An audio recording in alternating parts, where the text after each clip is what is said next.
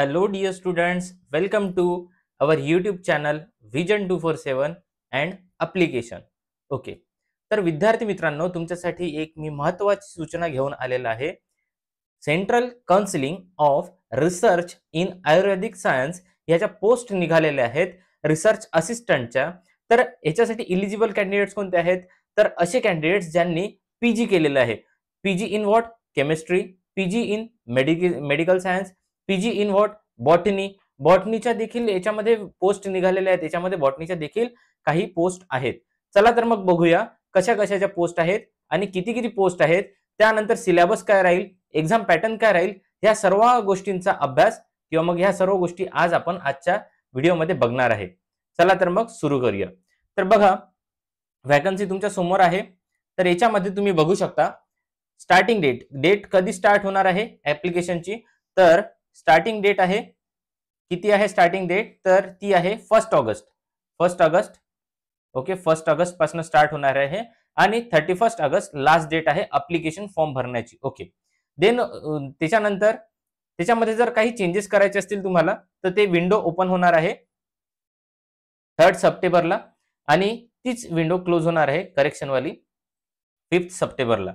चला तर मग बघूया वॅकन्सीज कुठल्या आहे, कोणत्या कोणत्या पोस्टसाठी इलिजिबल आहेत, कुठले कुठले स्टुडंट्स इलिजिबल आहेत याच्यामध्ये. तर बघूया. हे बघा, हां, MSc बघायचं आहे ना आपल्याला. Okay,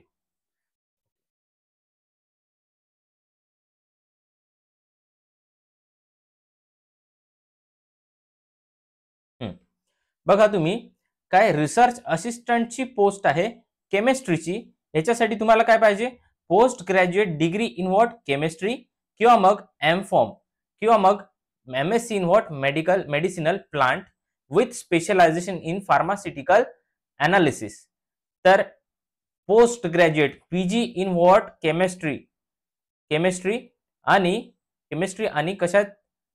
PG in what? Chemistry and M.Pharm चे स्टुडंट्स देखील याला अप्लाय करू शकतात. त्यानंतर बघा, रिसर्च असिस्टंट बॉटनीसाठी निघालेल्या आहेत पोस्ट. याच्यामध्ये तुम्ही बघू शकता नंबर ऑफ पोस्ट किती आहेत? 5 पोस्ट आहेत. त्यानंतर post graduate degree in what? बॉटनीच्या स्टुडंटसाठी चांगली अपॉर्च्युनिटी आहे ही रिसर्च असिस्टंटच्या पोस्ट भरण्याची, किंवा मग ह्या ज्या व्हॅकन्सीज आहेत चांगली गुड अपॉर्च्युनिटी आहे जे MSc पोस्ट ग्रॅज्युएट आहेत किंवा मग MSc बॉटनी आहेत त्यांच्यासाठी. ओके, त्यानंतर बघू शकता स्पेशलायझेशन वाले. जर तुमचं पोस्ट ग्रॅज्युएशन केमिस्ट्रीमध्ये असेल आणि स्पेशलायझेशन तुमचं ऑर्गॅनिक केमिस्ट्री असेल, स्पेशलायझेशन कुठलं बोलत आहे? ऑर्गॅनिक केमिस्ट्री, तर तुम्ही रिसर्च असिस्टंट ग्रुप सी च्या पोस्टसाठी तुम्ही अप्लाय करू शकता.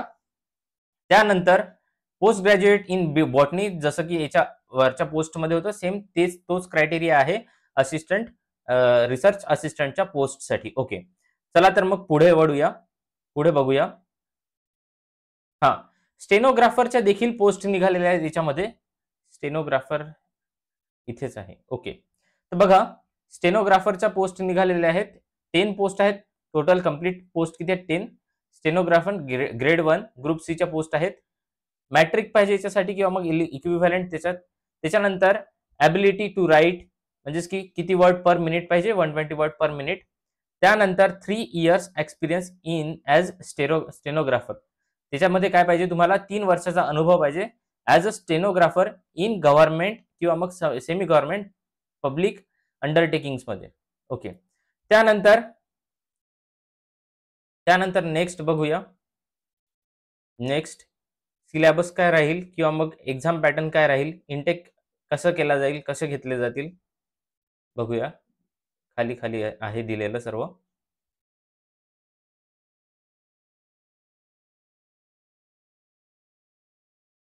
ओके,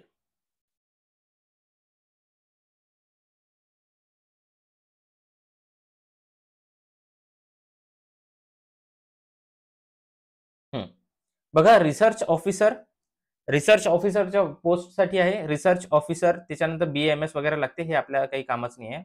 मी फक्त MSc केमिस्ट्री आणि M.Pharmच्या पोरांबद्दल बोलत आहे, किंवा मग असे विद्यार्थी ज्यांनी MSc केलेलं आहे.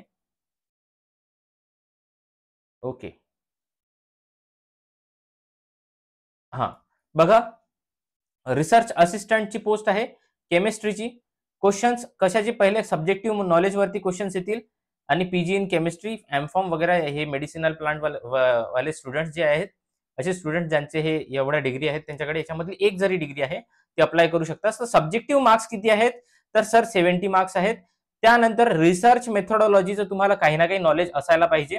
कशाचं, तर रिसर्च मेथोडॉलॉजी म्हणजे रिसर्च म्हणजे काय नेमकं आणि रिसर्च मध्ये काय काय केलं जातं त्याला आहेत 20 मार्क्स. त्याच्यानंतर जनरल अवेअरनेस किंवा मग इन्फॉर्मेशन टेक्नॉलॉजीचे 10 मार्क्स, असे टोटल मार्क्स किती 100 मार्क्स तुमचे राहतील. 100 पैकी जो काही कट ऑफला राहणार त्याच्यावरतून तुमची पोस्ट निर्धारित केली जाईल. ओके, बॉटनीसाठी देखील तेच आहे. एमएससी बॉटनीसाठी फक्त एमएससी बॉटनीचे पोरं अप्लाय करू शकतात. त्याच्यामध्ये 70 मार्क्स बॉटनी येणार, रिसर्च मेथोडॉलॉजी येणार 20 मार्काचं आणि 10 मार्काचं त्यांचं काय येणार आहे, general general general knowledge. Okay, total किती मार्क्स झाले, तर टोटल 100 मार्क्सचा पेपर राहील. त्यानंतर बघूया पुढे. आता सिलेबस काय आहे ते बघूया. सिलेबस काय आहे बघूया.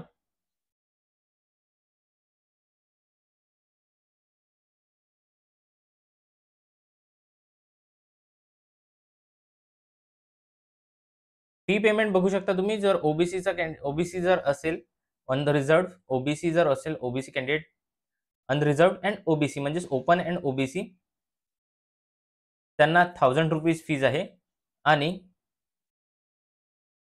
आणि ग्रुप ए पोस्टसाठी जे काय प्रोसेसिंग फी आहे ती आहे 500 रुपीज. आपल्याला ग्रुप सी पोस्टसाठी बघायचं आहे. ग्रुप सी पोस्टसाठी 100 रुपीज प्रोसेसिंग फी आणि ओबीसी आणि अनरिझर्व्डसाठी फीज आहे 200 रुपीज. ओके, त्यानंतर बघूया पुढे.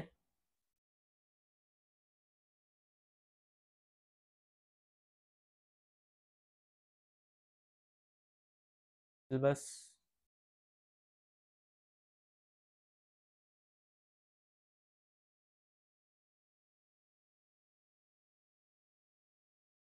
ओके, याच्यामध्ये सिलेबस दिलेला नाही आहे वाटते. सिलेबस वरती जस्ट वेट अ मिनिट.